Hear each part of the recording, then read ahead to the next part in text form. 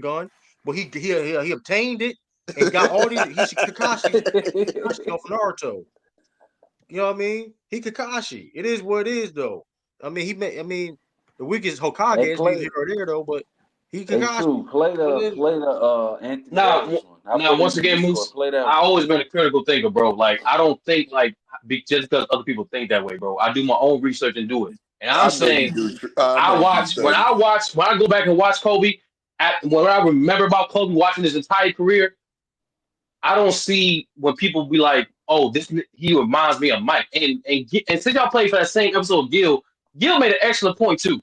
When people say he played like Mike, they talk about one version of Mike. He came back retired. They're not even talking about the Mike that niggas were hyping up. They're not even talking about the Mike that they called them the GOAT. Absolutely. So like that's the main thing, and that's another thing too. When you go back, hold on, real talk. When you go back and watch that version of Mike pre 93.